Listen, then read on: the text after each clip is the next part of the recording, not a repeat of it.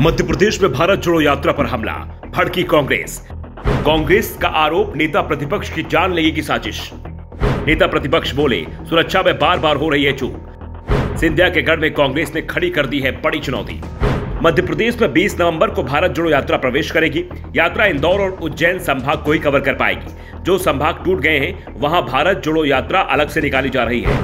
अलग अलग जिलों में यात्रा चल रही है। जनता का भरपूर समर्थन भी मिल रहा है। कांग्रेस में उत्साह बढ़ता जा रहा है। लेकिन इस यात्रा के दौरान भिंड में नेता प्रतिपक्ष डॉक्टर गोविंद सिंह की सुरक्षा में चूक का बड़ा मामला सामने आ रहा है। यात्रा पर हमले की साजिश रची जा रही है। एक युवक रिवॉल्वर लेकर यात्रा में घुस जाता है। रिवॉल्वर हवा में लहराता है और नेता प्रतिपक्ष के साथ चल रहे युवक पर निशाना भी लगाता है। किस्मत अच्छी थी कि गोली नहीं चल पाई, लेकिन इससे कांग्रेसियों को गुस्सा भड़का हुआ है। दरअसल भिंड से शुरू हुई कांग्रेस की राज्य स्तर की भारत जोड़ो यात्रा ग्वालियर पहुंची थी। यहां से ग्वालियर के नेताओं को इसे आगे बढ़ाना था। तभी यात्रा में सुरक्षा चूक का मामला सामने आ गया। जहां यात्रा में सुरक्षा चूक का मामला आया है, करीब 14 साल पहले वहीं कांग्रेस के एक विधायक को निशाना बनाया गया था। गोली मारी गई थी जिससे उनकी जान चली गई थी। और अब 14 साल बाद एक बार फिर कांग्रेस विधायक को निशाना बनाने का प्रयास हुआ है। निशाना नेता प्रतिपक्ष डॉक्टर गोविंद सिंह थे या उनका समर्थक, इसे लेकर सवाल उठ रहे हैं। ज्योतिरादित्य सिंधिया के कांग्रेस छोड़ने के बाद डॉक्टर गोविंद सिंह इस क्षेत्र में कांग्रेस के सबसे बड़े नेता हैं। पार्टी ने उन्हें विधायक दल का नेता बनाया है। डॉक्टर सिंह सिंधिया के खिलाफ खासे आक्रामक भी हैं। ऐसे में कांग्रेस को डॉक्टर गोविंद सिंह की सुरक्षा की चिंता भी हो रही है। यात्रा पर हुए हमले की जानकारी नेता प्रतिपक्ष ने खुद दी है। उन्होंने बताया कि मामला 3 दिन पुराना है। भिंड से शुरू भारत जोड़ो यात्रा ग्वालियर की सीमा में प्रवेश कर रही थी। देश की शान तिरंगा ग्वालियर में पार्टी कार्यकर्ताओं को सौंपा जाना था।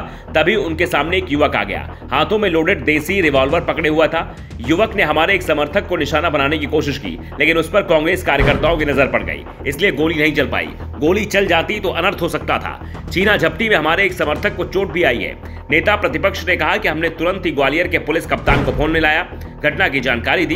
ये घटना जिस समय हुई तो वहां भगदड़ की स्थिति बन गई। इसका फायदा उठाकर आरोपी युवक भाग निकलने में कामयाब हो गया, लेकिन हमारे कार्यकर्ताओं ने उसकी पहचान कर ली है। युवक किस पार्टी का है हम ये दावा नहीं कर रहे हैं, लेकिन इस तरह की घटनाओं से साफ है कि विपक्ष घबराया हुआ है। नेता प्रतिपक्ष ने सरकार पर आरोप लगाया कि सरकार विपक्ष की यात्रा को सुरक्षा मुहैया नहीं करा पा रही है।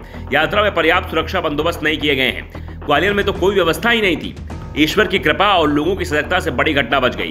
ग्वालियर गृह मंत्री का गृह जिला है और यहाँ की सुरक्षा भी भगवान भरोसे चल रही है। दूसरी ओर कांग्रेस का आरोप है कि बीजेपी सरकार नेता प्रतिपक्ष की जान को मुश्किल में डाल रही है। बार बार सुरक्षा चूक का मामला सामने आ रहा है। इस बार तो हद ही हो गई, कुछ भी हो सकता था। दूसरी ओर ग्वालियर के सीएसपी रवि भदौरिया ने सुरक्षा पर उल्टा कांग्रेस पर ही सवाल उठा दिया।